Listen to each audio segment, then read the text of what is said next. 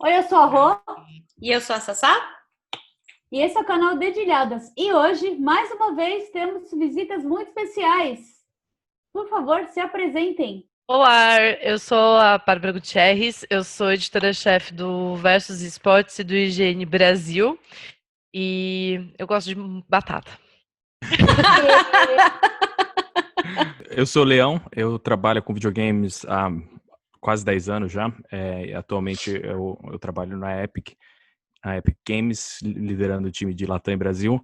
Mas é o que eu falo, a coisa que mais me credencia é que eu sou irmão da Sassá. Então, Porque a gente vai tratar de um assunto aqui que é a participação feminina em games em geral, tá? Games Feminina e LGBTQIA+.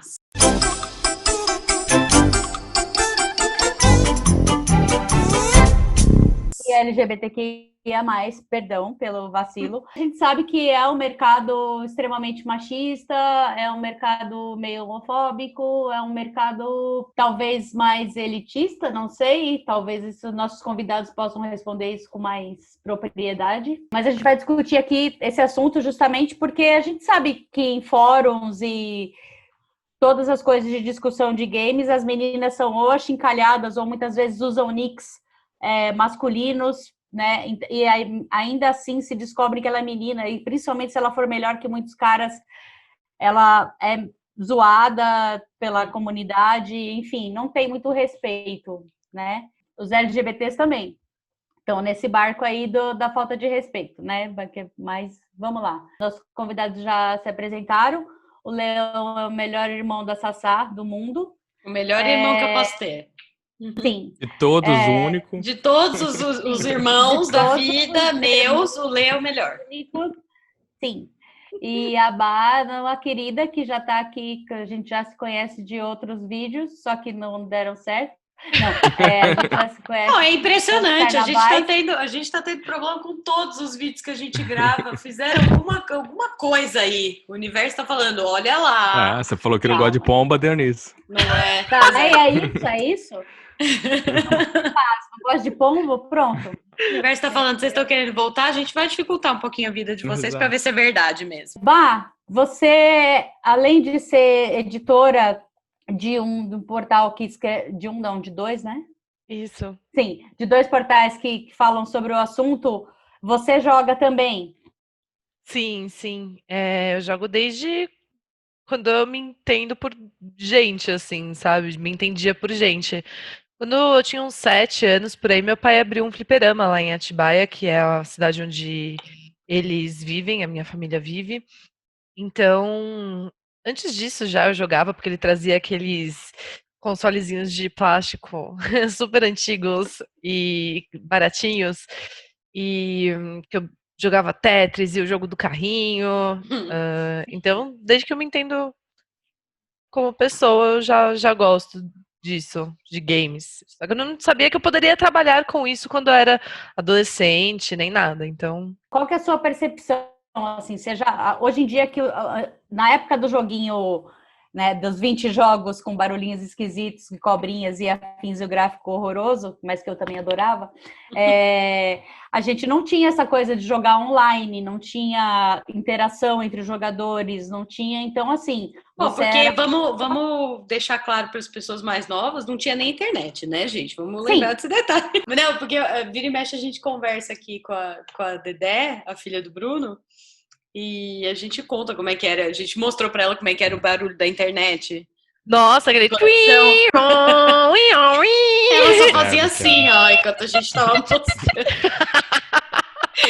Era bem difícil mesmo. Era aquele momento de ansiedade que antes de você entrar num mundo novo. Então, hoje em dia, você consegue jogar com qualquer pessoa em qualquer lugar do mundo, desde que não tenha uma lei restritiva no país que impeça algum tipo que a gente sabe que tem. Você pode jogar com qualquer pessoa do mundo, dentro da sua casa, dentro do seu computador, dentro do seu console, do celular nem tanto, né? Mas até dá. Eu acho que isso deve ter piorado muito essa história da zoeira com as mulheres, com assim, que os caras pegam pesado, né? Assim, na hora, assim, tipo, eles, tipo, Eu já li alguns comentários em fóruns, assim, eu fiquei envergonhada. Assim, como alguém consegue? Isso aí é Sério? nosso arroz com feijão, cara. Então, É porque assim, veja bem, eu acho que não é a questão da globalização, porque quando a gente fala sobre você jogar com pessoas do mundo todo, você se relacionar com pessoas do mundo todo, é grande parte pela globalização, né? A mistura da globalização com a internet, com serviços tecnológicos. Eu não acho que seja por conta da globalização que a gente tenha que aguentar tanto chorume nas redes sociais, tanto chorume nos fóruns, ou então dentro dos jogos em si. O que acontece é muito mais relacionado ao anonimato que traz, traz uma sensação de impunidade para as pessoas. Porque você está atrás de um avatar que não é a sua cara, você pode colocar um nick que não é o seu nome de verdade, né? Então, o que a gente observa hoje em dia nada mais é senão um reflexo da sociedade, que é a sociedade machista, né? Então, a sociedade LGBTQIA mais fóbica. A sociedade, ela tem preconceitos enraizados, seriamente enraizados nela, seja por questões históricas ou enfim, e a gente vê esse reflexo, isso refletido dentro do mercado de games, né? E ainda somatiza essa questão do anonimato. Então, nossa, olha só como os gamers são tóxicos. São tóxicos? Sim. Ao mesmo tempo que a gente também tem muita coisa legal dentro dos jogos, né? Mas o que eu vejo é muito mais. Ah, nossa, é a comunidade gamer. Não sei se é só a comunidade gamer. No final de contas, a gente teve o hashtag MeToo em Hollywood também, né? Acho que o que a gente enfrenta hoje em dia, essa toxicidade, é principalmente pela impunidade trazida pelo sistema de internet, assim, sabe? Hoje em dia eles já falam sem precisar se esconder tanto, né? Então, no fundo, é um reflexo de uma sociedade muito quebrada em muitos aspectos, que valoriza muita coisa errada, que valoriza muito o você ser o melhor do que o outro, você se identificar como o melhor, você ser reconhecido como o melhor, e para isso é um jogo de ganha zero, o outro tem que ser pior que você necessariamente, então você precisa colocar a pessoa para baixo para você se sentir. Então, é todo um sistema de valores que eu acho que é muito exacerbado na internet, claro, por conta do anonimato que a Bata comentando, mas e também dentro, acho que dos videogames tem mais um ponto, né, dos jogos online que acaba sendo a competitividade. Então se junta anonimato, mais competitividade, mais essa coisa de eu quero ser o melhor e sei lá, é um reflexo muito grande de um sistema de valor que acho que reforça esse tipo de atitude, né? Obviamente, como tá todo mundo aqui falando, não é só a questão da comunidade gamer, num geral. Mas, para mim, assim, esse negócio do jogo de competição e tal, eu que nunca fui uma pessoa competitiva, eu sempre fui muito... O Lê sabe, deve ser a maior desgraça para eles. Eu nunca consegui me envolver com videogame de jeito nenhum, assim. E eu acho incrível. Quando tem gente jogando... Mentira, tá? Daqui a pouco eu vou contar uma história da Samantha de videogame. Que história agora? Porque agora eu quero saber que história é essa. Eu acho que envolve o Alex Kidd. Enfim. Exatamente. Ah, mas Alex Kidd, gente, sabe? Eu parei nessa época aí. Alex Kidd, Castle of Illusion, eu parei nessa época. Olha, estamos aqui, olha. Exato, boa. Não, eu lembro quando você me entregou o GTA V pra jogar, que você falava assim, Samantha, vai pra trás, e eu falava, tô indo, e o personagem ficava batendo assim na parede, assim, sabe? Uma competição tão que eu não consigo entrar, eu não ia aguentar, assim, sabe? Tipo, eu acho que o pessoal que joga, tanto meninos quanto meninas, assim, homens e mulheres, né? Porque também fica parecendo que é coisa de criança, não é? Mas eu acho que são pessoas muito guerreiras, cara, porque pra aguentar a zoação, olha, vocês são maravilhosos. O que eu tenho a dizer sobre a questão da competitividade que o Leão muito bem trouxe é que o público gamer, ele tem esse negócio da competitividade, até mesmo da toxicidade e da masculinidade tóxica, e não é à toa, principalmente por razões relacionadas diretamente ao marketing que foi produzido principalmente nos anos 90, né, nos anos de 1990, dentro da indústria de games, que direcionava, olha só, todas as propagandas, né, as publicidades a meninos, né? Então, até hoje em dia que a gente tem, que até mesmo a Sassá falou, meninas e meninos, e homens e mulheres também, né? Senão fica parecendo coisa de criança. E isso é muito legal da sua percepção, porque poucas pessoas que são fora do mercado de jogos entendem isso. Né? Porque para eles ainda tem aquela imagem de que videogame, é só para menino, né? O que contribui nessa percepção de que não é lugar de mulher, não é lugar de menina também, né? E tem também uma boa parte da publicidade que foi criada que não era só destinada a meninos, como também tinha um tom muito competitivo e um tom muito agressivo. Né? Então, naquela época, era o que eles viam como descolado e cool dentro desse meio dos meninos, né? Sim. Um jeitão meio bully, meio de bullying, né? Então, isso acabou fazendo um grande... eu ia falar rombo, mas não foi o rombo, na verdade, né? Foi manchar a comunidade com essas ideias completamente tortas, sabe? Mas eu trabalho com pessoal de animação e tal, eu tô nesse meio, né? Então, é um pessoal que costuma jogar muito, né? E ser muito ativo nesse rolê. E eu vejo uma batalha diária, assim, deles para quebrar esse negócio, sabe? Então tá crescendo também esse outro lado, né? O lado mais positivo do rolê, assim. Total, mas eu acho que é um pouco também ainda reflexo da sociedade, né? Que acho que a sociedade tem melhorado em relação a isso, pelo menos em termos de conversas, em termos de trazer o assunto mais à tona. Mas também é um pouco, acho que é o ciclo vicioso, que é o que eu ia falar, que a Bá apontou muito bem isso. Essa coisa lá desde os anos 90 e até antes de fazer comunicação muito voltada. As pessoas não pensam nisso, mas você cria um impacto gigantesco para o futuro, porque as pessoas que não acham aquilo legal, não se sentem representadas, não é para mim, e pronto, e aí você então tem menos pessoas que jogam, e aí acaba sendo um ciclo vicioso do tipo, ó lá, mas tem menos pessoas, tem menos mulheres que jogam, tem menos não sei o que lá que jogam, então não vamos fazer de novo a comunicação para elas, e aí elas cada vez são mais excluídas, então tipo, é um ciclo que não faz o menor sentido, e eu acho que a gente tem um reflexo muito prático hoje em dia, a Bá pode falar muito melhor do que eu sobre isso, em relação, por exemplo, a um dos problemas que se discute muito esse ano passado, que é a parte de esportes, inclusão no esportes, né? Não só nos jogos especificamente, mas na parte bem competitiva de esportes. Mas não tem time feminino que ganha quando coloca. Pô, mas é óbvio, não teve oportunidade. A mesma coisa você falar assim, por que a Coreia do Sul não é campeão do mundo de futebol? Porque os caras nunca jogaram futebol por muito tempo, então não tem a cultura do futebol. Por que o Brasil não ganha, sei lá, polo, ou sei lá, hóquei no gelo? Exatamente, porque não tem a cultura, então é óbvio. Então curling, eu quero. Curling ia ser demais se a gente tivesse aqui. Mas é essa cultura, então nunca existiu esse fomento, essa discussão. Então é óbvio que vai ter um pool menor e é óbvio que a habilidade média vai ser menor por conta natural. Agora, existem obviamente as melhores mulheres, as melhores, são tão boas quanto qualquer outra, né? E no extremo é todo mundo igual. E óbvio, só que aí você montar uma liga, montar um time, é muito mais complicado, porque existe um pool menor, porque toda essa coisa foi feita lá de trás de não justificar, de não fomentar, de não ajudar. Então, as pessoas olham e falam, que absurdo fazer liga feminina.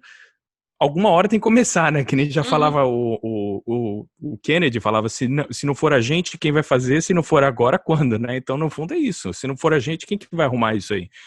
E se não for agora fomentando coisa, óbvio que nunca vai arrumar. Então, não tem jeito. Tem que arrumar, sim, tem que fazer, tem que fomentar, e tem que mudar, e tem que fazer jogos tipo Last of Us, que é muito mais inclusivo, tem que ter essa discussão, tudo isso, acho que faz parte de um movimento que vai gerar frutos, não agora não vai fazer tanta diferença, mas daqui 10 anos, porque uma menina que está começando a jogar videogame agora, ou um menino que está se descobrindo sexualmente, que vai jogar videogame e se vê representado. Putz, isso é super legal.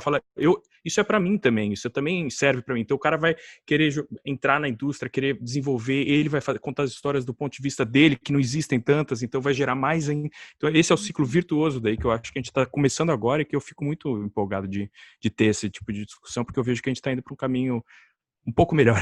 Ainda tem muita coisa para fazer, mas um pouco melhor. Aliás, isso era uma coisa que a gente queria conversar mesmo, né? A questão da representatividade no videogame, né?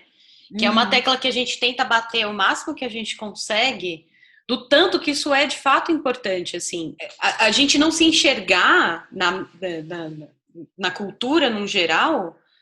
A gente se forma através da cultura, né? Não são só os pais e a escola que ensinam as coisas pra gente, né? Então a gente não ter de fato a gente se enxergar em algum personagem do game que a gente mais gosta, do desenho, do filme, enfim, é dolorido, né, pra gente. A gente se sente acuado, a gente sente que a gente não pertence a esse mundo, assim, é muito ruim. E agora, como você estava começando a falar, e eu me lembro da outra vez que a gente gravou esse vídeo quando não deu certo, que a Bá falou muito bem também a respeito disso, né, da representatividade, que faz todo sentido. A gente precisa da representatividade para a gente se sentir pertencente, né, como você muito bem levantou. Cara, eu quero jogar e eu quero me ver naquele jogo de alguma maneira, porque, gente, eu posso falar assim, de boca cheia, eu tenho 27 anos, eu vou fazer 28 daqui a uma semana e eu ainda estou discutindo sobre a minha sexualidade com a minha terapeuta. Porque é muito difícil, principalmente falando de uma pessoa bissexual. Porque para todo mundo eu tô confusa. Porque para todo mundo é uma fase. Porque para todo mundo eu sou lésbica. Porque para todo mundo eu sou hétero. Né? Então, quando eu tô com um cara por muito tempo, é tipo, mas ela não era bissexual? Quando eu tô com uma menina por muito tempo, ai, Bárbara, eu sempre soube que você era lésbica. Então, é meio complicado, né? E assim, eu falei, inclusive, pra vocês, né, que, pô, meu grande símbolo era a Xena, e eu não entendia isso. Eu não entendia isso até há poucos anos atrás, porque eu sentia alguma coisa assistindo a Xena e vendo ela com a Gabriele. Quem nunca? Quem nunca, né, gente? Sim, mas esse ponto é importante, Rô, desculpe interromper, mas acho que é importante na hora que você falou do quem nunca, é importante mostrar eu nunca. E tudo bem, né? Nunca? Não, mas e é ótimo. Uma... Eu nunca me relacionei com, assim, mas é legal isso mesmo, não é que você não precisa fazer tudo para todo mundo, e a Xena gerou uma coisa em muita gente que era uma representatividade, que era uma coisa, caramba, uma mulher poderosa, assim, mainstream. E tudo bem, e eu não preciso ficar bravo. Não, tem que falar só do meu Hércules, tem que falar só... Aliás, tem por tanta favor, coisa, né? Inclusive... Pois é. Trago esse ponto muito mais porque, assim, eu vejo uma reação contrária a essas discussões que a gente vê muito hoje em dia, que eu falei também da outra vez, que eu acho muito bem representado naquele meme do gatinho, que é o anos 90, o gatinho fortão, acabei 7 jogos em uma semana, tomando, sei lá, todinho, e o gatinho hoje em dia tomando Monster, tem uma mulher no meu videogame chorando. Que no fundo um pouco essa conversa é isso, as pessoas falam, mas não pode ter. Cara, se você não quer, e as pessoas não são obrigadas a acharem histórias que são relevantes para algumas pessoas, relevantes para elas, sem problema, cara, não joga, tá tranquilo. Não, e vamos lembrar a quantidade de jogo que está sendo criado. Então, a quantidade de jogo que está sendo criado, série, filme, tá cada vez mais. E aí, porque aquele lá não é exatamente como você está acostumado, não recomendo que joguem, porque talvez ajude a entender outros pontos de vista, mas ninguém é obrigado a jogar. Só que agora você pode jogar e não gostar. Não tem problema nenhum. Por exemplo, quando elas estavam falando da Xena... Vamos fazer review bombing. Eu, bissexual, nunca achei Xena legal, entendeu? Agora, se tivesse quem nunca... Não, eu entendi. Mas se tivesse, por exemplo, um Steven Universe, quando eu tava crescendo, eu teria crescido... Porque O Lê sabe tudo isso, né? Eu me descobri primeiro lésbica e depois quando eu falei pra ele, porque não sei o que eu tô namorando um cara, até ele levou um susto, porque era tão certeza que eu era lésbica. Eu levei um susto também. E aí, sabe, tipo, você fala, olha o tanto de tempo. Não é que o tempo que eu perdi, eu fui tendo minhas interações pessoais e tal. Não, bom, assim, não é. né? Não, Robertinha, linda. Roberta e eu namoramos 4 anos e meio, caso. Já ia até tua casa, assim, né, a louca. Pandemia, Roberta. Agora eu tô segura pra falar o que eu quiser. Não, mas o tempo perdido que eu quero dizer, e eu sei que você entendeu, é na questão de compreensão pessoal mesmo, né? Da gente saber quais são os nossos desejos e as nossas vontades que a gente fica reprimindo, porque você tem que fazer parte de um grupo, e depois daquele grupo não pode sair mais. Porque agora você também entrou, né? Bissexuais, a gente tem um pequeno probleminha, que aliás, a gente ainda quer fazer um vídeo só sobre isso, né, Rô? Da questão do bissexual ser mal visto nos dois campos, né? Sobre a questão da representatividade, o que acontece? É justamente por isso. É necessário que a gente tenha uma pessoa que a gente veja no jogo e fala, caraca, olha só, me relaciono com isso. Seja uma mulher, seja LGBTQIA+, seja uma pessoa negra, seja uma pessoa... Preta, desculpa, gente. Seja uma pessoa asiática, né? Assim,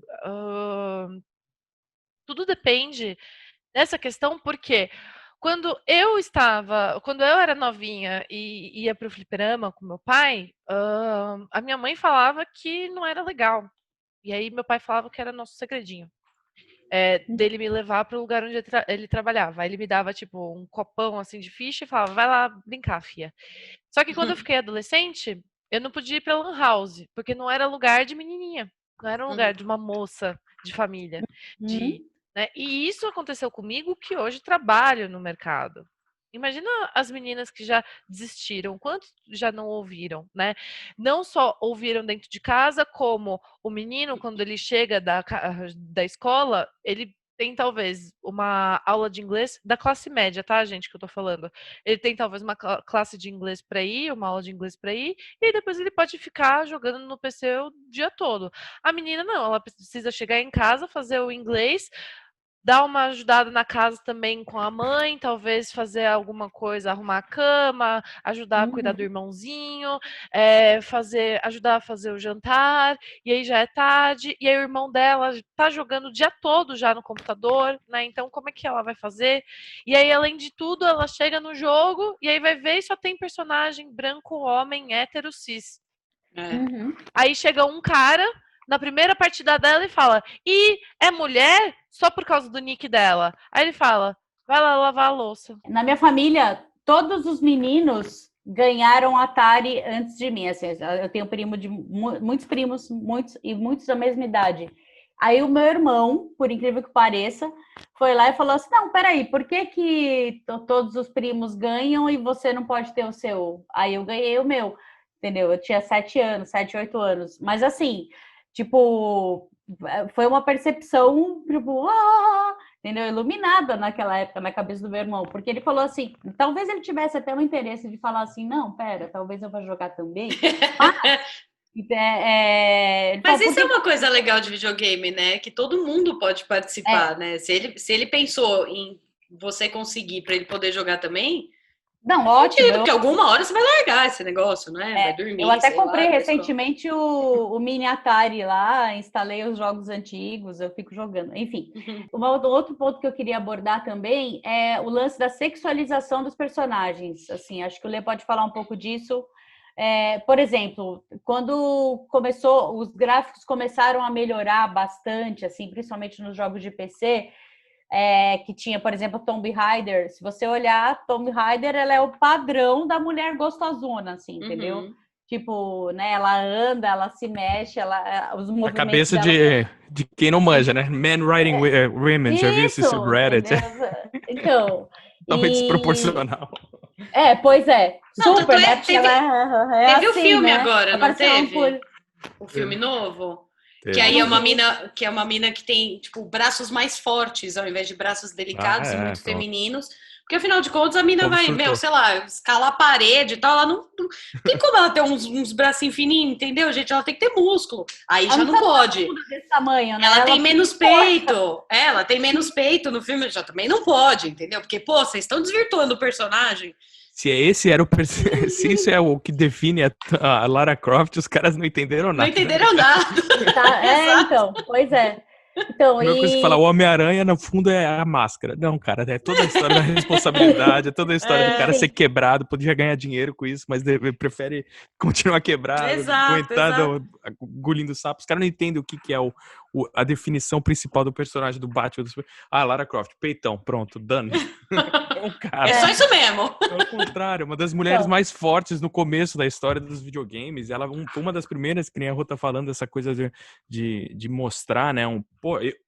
Eu posso ser a protagonista também? Puta, que legal. Uhum. Infelizmente ficou a única por muito tempo. Hoje já não é mais, graças a Deus. Mas, mano, é bem isso mesmo. Totalmente errado, desculpa, Rô. Desculpa também, Rô.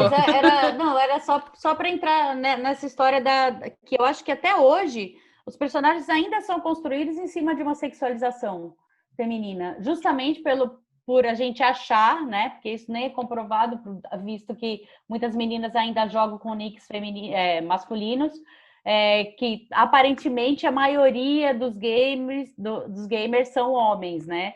Então, assim, independentemente de orientação sexual, afetiva e tal, né? Eu tô aqui falando só da sexualização mesmo, assim, que as personagens são sempre, tipo, até meio sensuais, assim, né? Nos movimentos, tipo, e tudo mais, assim. Você acha que essa construção também é fruto do machismo, que vem de lá de trás, que tem que chamar atenção? Eu acho que não, acho que é sex sells, né? Então, no fundo, infelizmente serve para os dois lados. Que de novo, exacerbado por ter uma maioria de meninos jogando alguns desses jogos online e tal. Mas é besteira, né? Porque, assim, é tão insignificante essa diferença entre, sei lá, engajamento, venda e etc. Quando você faz um negócio oversexualizado e não, que não vale a pena, eu acho, pessoalmente, eu acho que não vale a pena esse tipo de caminho de se seguir. Mas, de fato, acontece. E eu acho engraçado quando existem, na verdade, meio que umas desconstruções desse tipo de coisa em games. Eu adoro o jogo independente, né? Eu gosto de fuçar, achar uns... E eu acho que metade da graça, para mim, pelo menos, é essa desconstrução de padrões muito claros, não só na indústria de games, mas quando eles representam padrões muito claros de outras indústrias, né?